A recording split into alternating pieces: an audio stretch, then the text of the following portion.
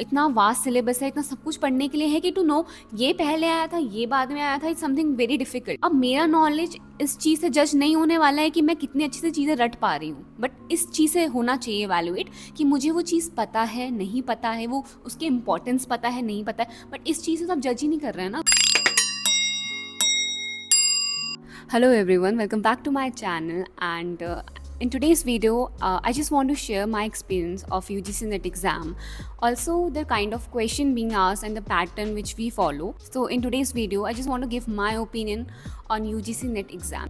So मैं ये exam 2022 से देती आ रही हूँ. So 2022 में मेरा फर्स्ट अटैम्प्ट था. सो मैंने वहाँ पे नेट क्वालिफाई किया था. 23 में मैंने दिया है, वो भी मैंने नेट क्वालिफाई किया. दिस वाज 24 जब मैंने एक और अटैम्प्ट दे रही थी. सो मैंने बहुत सारे चेंजेस देखे हैं एग्ज़ाम के अंदर. नाउ द पॉइंट बीइंग, मैंने देखा है कि एग्ज़ाम का लेवल कैसे बढ़ा है, क्वेश्चंस कैसे अलग अलग अब तरीके से पूछे जा रहे हैं. ऑल्सो मैंने प्रीवियस ईयर क्वेश्चंस बहुत ज़्यादा पढ़े हैं एंड उनको इवेलुएट किया है, so I can see the difference.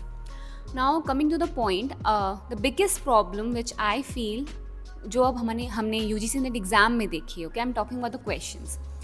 I don't know आप लोग अब इस चीज़ से रिलेट करेंगे या नहीं करेंगे, but I want to tell you because मैं ये सब चीज़ें पास से देखती आ रही हूँ. The biggest problem which I feel is कि समवेयर आई फील जो ये UGC नेट का एग्ज़ाम है ना, should be more of something somewhere जहाँ पे आप कैंडिडेट को एक समझें, ठीक है, उसके एनालिटिकल स्किल्स को समझें, आप उसके कॉन्सेप्ट्स को समझें. बट जब कुछ क्वेश्चंस ऐसे आते हैं जहाँ पे it is only based on the road learning process, जहाँ पे वो बच्चा एक्चुअली इस क्वेश्चन को अच्छे से कर पाएगा, जहाँ पे वो उस चीज़ को रट पा रहा है. So that shouldn't be the case, but ऐसा होता आ रहा है. Now I tell you which type of question these are. So मुझे मेरे पेपर सेकेंड में भी, इवन पेपर वन में भी आपने देखा होगा, बहुत सारे क्रोनोलॉजिकल ऑर्डर्स के क्वेश्चन पूछे जाते हैं.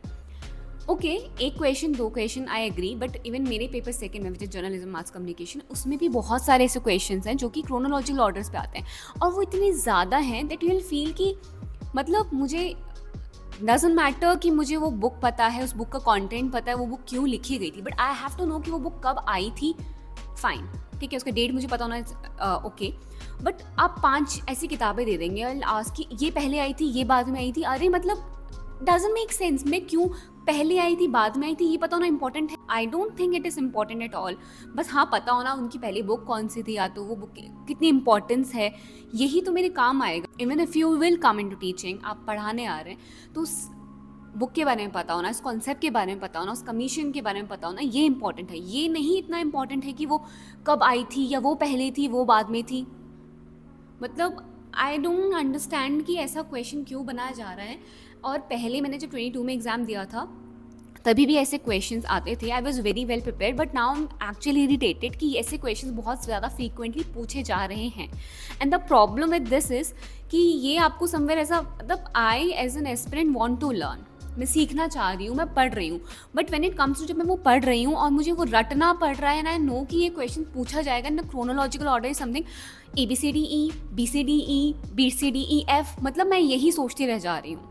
And this is so stupid because आप फिर जब जो पढ़ रहे होते हैं ना, even now if I am practising और प्रिपेयरिंग फॉर द एग्जाम, मेरे माइंड में यही चल रहा होता है कि I have to be very well versed with the dates, और मुझे पता होना चाहिए कि ये कब आया था, ये कब आया था. सो वहाँ पे जाके वो रोड लर्निंग वाली चीज़ें इतनी ज़्यादा है, वो रट्टा मारने वाली चीज़ें इतनी ज़्यादा है कि कॉन्सेप्ट्स पे ध्यान देना या देखना कि ये क्यों आई थी, कमीशन ने क्या किया था, ठीक है. इससे ज़्यादा इंपॉर्टेंट ये होगा कि कौन कब पहले आया था, ये कॉलेज कब पहले खुला था, ये पहले खुला था या वो पहले खुला था. Even this time when I was attempting this exam, तभी मुझे मैं वो पेपर देते हुए ऐसे ही लग रहा था कि मतलब मुझे उन ऑप्शंस में, एक आपको पता होगा NTA एक्चुअली वो थोड़ा डिफ़िकल्टी लेवल बढ़ाने के लिए वो क्या करता है, ऑप्शन ऐसे देता है कि आपको पता है कि चलो 2 कॉलेजेस हो तब ओपन हुए थे, या 3 कॉलेजेस तब ओपन हुए थे, बट 2 ऑप्शंस ऐसे होंगे जहाँ पे यू विल बी कन्फ्यूज्ड कि यार मतलब ये तो मैं आई एम नॉट श्योर कि तब था, या ये पहले था, ये बाद में था. आप कन्फ्यूज़ होंगे ही होंगे. और अगर आपको शायद से 5 की 5 का एग्जैक्ट पता है, देन वेरी गुड. मुझे नहीं हो पाता है, आई बी वेरी ऑनेस्ट, मैं नहीं कभी भी होगा. मैं हमेशा लास्ट में जाके कंफ्यूज हो जाती हूँ कि यार ये दो, मतलब ऐसे वाले क्वेश्चन में जो क्रोनोलॉजिकल होते हैं कि यार ये पहले था ये बाद में था. And it's very natural I feel. इतना वास्ट सिलेबस है, इतना सब कुछ पढ़ने के लिए है कि टू नो ये पहले आया था, ये बाद में आया था, it's something very difficult. Even अगर मैं थ्योरीज़ की बात करूँ, हमारे सब्जेक्ट में भी थ्योरीज बहुत ज़्यादा होती हैं, तो टू नो कि ठीक है कौन सी पहले आई थी, कैसे कैसे था, इट्स ओके. बट अब आप इतनी क्लोज डेट्स का क्रोनोलॉजिकल ऑर्डर पूछ लेंगे, या फिर पूछ लेंगे ये पहले था ये बाद में था, इज़ सो इरिटेटिंग. मतलब जब वो मैं पढ़ रही होती हूँ, आई आई वाज सेइंग कि मैं पढ़ना चाह रही हूँ, मैं सीखना चाहती हूँ, एंड आई वांट कि पेपर भी ऐसा बने कि ताकि वहाँ पे ये जज किया जा सके कि मुझे नॉलेज है या नहीं है।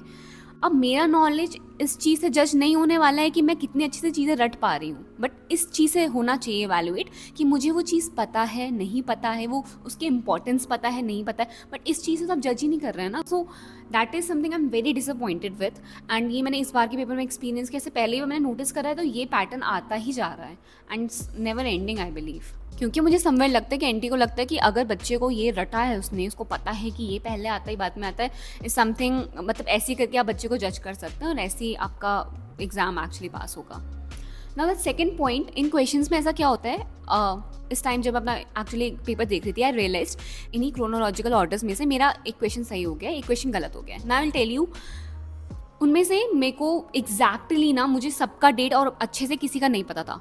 क्या होता है यहाँ पे बच्चा एक्चुअली गेस करता है, एंड दिस इज, मतलब obviously I have always said कि यहाँ पे जाके कोई स्मार्ट गेस मारना ही होगा, क्योंकि इतने वास्ट सिलेबस में से आपको एग्जैक्टली कोई चीज़ उसी टाइम पे याद होना इट्स नॉट पॉसिबल, राइट। और हर एक चीज़ का एग्जैक्ट टाइम डेट सिर्फ 17 जून होगा या 18 जून होगा या 19 जून होगा या 20 जून होगा, बिकॉज इतनी सारी थ्योरी, इतने सारे कमीशन, इतने सारी चीज़ें हैं, ओके। वहाँ पे आप, हमारे यहाँ पे हमारे पेपर में हिस्ट्री बहुत ज़्यादा इंपॉर्टेंट है, तो पूछी जाती है वो, इतना सब कुछ रिटेन करना मैं नहीं इतना कर पाती हूँ। इवन आई एम समवन जो उसके बारे में जानना चाहता है, तो मैं उसको पढ़ती हूँ, क्यों हुआ था, क्यों लेके आए थे, ये सब कुछ जानना मुझे लगता है एज अ स्टूडेंट, मुझे लगता है ये बहुत इंपॉर्टेंट है। Even when it comes to teaching, मैं खुद भी ऐसा, आई मेक श्योर कि जब मैं पढ़ा रही हूँ तो मैं डेट्स पे इतना फोकस ना करके बताऊँ कि क्यों आई थी और इसकी इंपॉर्टेंस क्या है, क्यों तुम्हें ये जानना इंपॉर्टेंट है, रेदर देन कि मैं बताऊँ तुम्हें 1975 याद करना है तो करना, पता होना चाहिए ये पहले था ये बाद में था, ओके। सो इसमें coming back to the thing when I was saying कि वो पेपर में क्यों इतना ज़्यादा डिफिकल्ट है, सी यहाँ पे गेस वाली चीज़ें बहुत ज़्यादा होती हैं, रेदर देन कि आप ये जाने कि बच्चे को चीज़ पता है नहीं पता है, बच्चा वहाँ पे गेस करता है, ठीक है ना। The guess, the problem with the guess part is कि यहाँ पे फिर लक फैक्टर एक बहुत ज़्यादा मैटर करता है कि अगर बच्चे को आते हुए भी वो गलती से वो एक चीज़ से उस चीज़ को लूज़ कर लेगा, तो वो अपनी नेट की सीट या JRF की सीट वहाँ पे लूज़ कर सकता है। एंड वी ऑल नो कि यहाँ पे एक एक क्वेश्चन आपके लिए बहुत मैटर करता है। एक क्वेश्चन से मैंने भी खुद का JRF मतलब जाते हुए देखा है, so I know how it feels. So वो एक क्वेश्चन बहुत मैटर करता है, ऊपर से उसी एक क्वेश्चन से एक्चुअली किसी की कोई सीट मिल सकती है, and now it's all based on luck. और I won't say it's wrong, but इतने ज़्यादा तरीके से, इतने ज़्यादा टाइप के आप वैसे क्वेश्चन पूछ रहे हैं कि मुझे फिर ऐसा लगता है कि ये तो सॉलिडली बिल्कुल बिल्कुल लक पे ही मतलब डिपेंडेंट है कि ठीक है, जिसका लक अच्छा हुआ, जिसका तुक्का सही लग गया वहाँ पे गेस पार्ट की, हाँ मतलब तुम समझ रहे हो, अगर वो सेम टाइप के सारे क्रोनोलॉजिकल ऑर्डर्स में से एक दो में भी आपको, एक दो में भी कन्फ्यूजन है ना, आपको पूरा क्वेश्चन है, समझ लो कि आप वो गेस पे ही कर रहे हैं, क्योंकि आपको पता ही नहीं है कि एग्जैक्टली उसका आंसर क्या है। I wanted to share this because this is something I felt as an aspirant, I felt as a student जब मैं वो पेपर दे रही थी, and there were other flaws as well which I fail कि मतलब पेपर में मुझे अभी भी लगता है कि जो जैसे जिस तरीके से पेपर बनाया जा रहा है, जिस तरीके से क्वेश्चंस पूछे जा रहे हैं, पूरी तरीके से मुझे सही नहीं लगते हैं टू इवैल्यूएट अ एस्पिरेंट, क्योंकि आप वहाँ पे से कुछ बच्चों को छांट रहे हैं। सो आई रियली बिलीव कि क्वेश्चंस ऐसे होने चाहिए जहाँ बच्चे का नॉलेज जज किया जाए, रेदर देन कि वो कितने अच्छे से चीज़ें रट पा रहा है, because this is not a paper जहाँ पे आपको ये देखना है कि किसकी रोट लर्निंग पावर अच्छी है, कौन बहुत अच्छे से चीज़ें याद कर पा रहा है। मतलब आज के लाइफ स्टाइल में टेल यू, हमारी जनरेशन में लोगों को वैसी मेमोरी लॉस की चीज़ें होने लगी, ठीक है, we have a gold fish memory now, हर 7-8 सेकंड में भूल जाते हैं, अरे अभी क्या करने उठे थे क्या।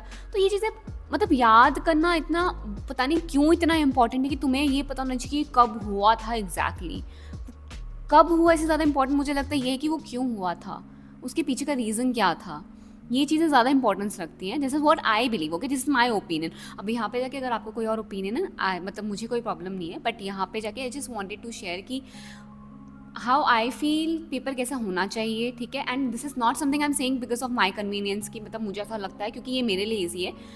आई don't know if you will agree और नॉट, बट मुझे हमेशा से लगता है कि पेपर ऐसा होना चाहिए कि बच्चे का नॉलेज वहाँ पे जांचा जाए, ठीक है, उसको इवैल्यूएट किया जाए, रेदर देन कि वो कितने अच्छे से रट पा रहा है। और इस पेपर में मैंने इस बार भी दिया, आई वाज सो डिसअपॉइंटेड दो, क्योंकि मैं ये चीज़ें बहुत पहले से पढ़ती आ रही हूँ, स्पेशली पेपर 2 में मेरा इट्स माय मेजर और वो मेरा अच्छा है, तो मुझे एज सच डिफ़िकल्टी नहीं होती है। बट इस time when I was discussing my paper with another aspirant, तो मुझे वो सेम प्रॉब्लम ना उसके मुँह से सुनाई दे रही थी and we were discussing the same thing कि यार हाँ, मतलब ये ऐसे पूछते हैं जहाँ पे मुझे लगता है ये रटी हुई चीज़, मतलब अब मैं जब प्रिपरेशन कर रही हूँ एज एन एस्पिरेंट, जब मैं प्रिपेयर कर रही हूँ, मुझे इस चीज़ पे ज़्यादा ध्यान देना है कि मुझे ये चीज़ें तब याद होनी चाहिए, एग्जैक्टली इस डेट पे हुई थी, ऐसे हुई थी, ये पहले हुई थी, ये बाद में हुई थी, है ना। तो मुझे ऐसा लगता है एज एस्पिरेंट जब मैं वो पढ़ रही हूँ तो मैं अपनी पावर का, अपने पोटेंशियल का गलत यूज़ कर रही हूँ, मतलब इन माई प्रिपरेशन।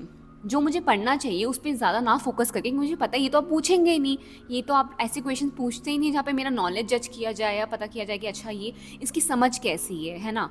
ये तो आप वहाँ पे पूछेंगे ही नहीं ना, अब ये पूछेंगे ये कब हुआ था, कैसे हुआ था। It's too much of history. History की इंपॉर्टेंस भी नहीं पूछे, आप डेट्स पूछे जा रहे हैं, कब क्या था, कौन पहले आया, कौन बाद में आया, एंड इतना ज़्यादा वो है कि वो फ्रस्ट्रेटिंग हो जाता है। अभी प्रिपरेशन के टाइम पे आई नो ऐसी क्वेश्चंस पूछे जाएंगे और मैं इन्हीं सब चीज़ों पे ध्यान देती रहती हूँ कि ठीक है अब मैं ये याद कर लूँ, ये पहले आया था, ये बाद में आया था। तो एज अ स्टूडेंट मुझे वो करना पसंद नहीं है, दो मुझे वो करना पड़ेगा क्योंकि मुझे एग्ज़ाम क्रैक करना है, I want to score good. So anyways वो करना तो है ही, but still I just wanted to complain क्योंकि मेरा मन था and I am so frustrated कि ऐसे टाइप के क्वेश्चन बहुत ही फ्रीक्वेंटली पूछे जा रहे हैं, बहुत ज़्यादा पूछे जा रहे हैं, and I don't think it's good. Now this is my personal opinion. आप मुझे बता सकते हैं कि आपको क्या अपने क्वेश्चन से लगा, बिकॉज अलग अलग सब्जेक्ट्स में अलग अलग टाइप के क्वेश्चन पूछे जाते हैं, राइट। बट मैंने अपने कुछ और अपने फ्रेंड से डिस्कस किया था, तो आई फाउंड कि ये एक बहुत ही कॉमन प्रॉब्लम है जो हर पेपर में देखी जाती है। बट आप मुझे बताएं कि आपका जो पेपर था, पेपर 1 हो या पेपर 2 हो, आपको किस टाइप के क्वेश्चंस थोड़े ऑड लगते हैं, आपको कैसा लगता है कि पेपर में क्वेश्चंस कैसे पूछे जाने चाहिए। Now it's not, it shouldn't be according to your own choice, मतलब आपको ये भी देखना होगा कि क्या आप जो सोच रहे हैं वो सही है नहीं है। तो मुझे लगता है जो मैं सोच रही हूँ वो सही है, तो मतलब इसलिए मैं कह रही हूँ। बट आप मुझे बता सकते हैं कि आपको क्या लगता है किस टाइप के क्वेश्चंस पूछे जाने चाहिए जिस पोस्ट के लिए हम जा रहे हैं। मतलब आप या तो असिस्टेंट प्रोफेसर बनना चाहते हैं या फिर रिसर्च में जाना चाहते हैं, तो वो जो जॉब रोल है, ठीक है ना, उसके लिए एक सूटेबल कैंडिडेट कैसा होना चाहिए, उसका नॉलेज कैसा होना चाहिए, वो कैसे इवैल्यूएट होगा। तो ये सोच के पेपर आपको बनाना होता है, राइट। बट वो पेपर मुझे नहीं लगता उस तरीके से इतना बन पा रहा है। लाइक 50% सही है बट 50% वो गलत है। So that's it, I guess just something which I wanted to discuss and I guess we are done. And please let me know आप नेक्स्ट वीडियो मेरी किस में चाहेंगे। Though yes I know a lot of you are into preparation and please मेरी preparation करते रहो। Paper जल्दी ही शायद होगा और आने वाले अभी कुछ एक हफ्ते में शायद से पता चल जाएगा कि कब हमारी नेक्स्ट एग्ज़ाम डेट आ रही है। सो बी प्रिपेयर्ड एंड अपनी प्रिपरेशन में ध्यान देते रहना फुल। और मुझे बताना अगर आप लोग चाहते हो कि मैं किसी पर्टिकुलर टॉपिक पे कोई वीडियो बनाऊँ जो आपके यूजीसी नेट को हेल्प करे, so please do let me no. And also thank you for watching my video, and if you're new to my channel, thank you for showing me so much of love and support, and I really love all of you, so please keep supporting me। अगर आपको video अच्छे लगे तो like करना, subscribe करना मेरा channel जो आप ऑलरेडी कर चुके होंगे आई बिलीव, एंड शेयर भी करना क्योंकि वो मुझे मोटिवेट करता है एंड वो मुझे मोटिवेट करता है टू मेक गुड कंटेंट और आप लोगों की हेल्प करना। ऑल्सो बहुत सारे नए नए यहाँ पे मेरे सब्सक्राइबर्स आ रहे हैं, they have a lot of queries, so don't worry, मैं उन सब चीज़ों को रिफाइन करके I make a video for sure. So stay tuned and I see my next video. Till then tata bye bye, take care.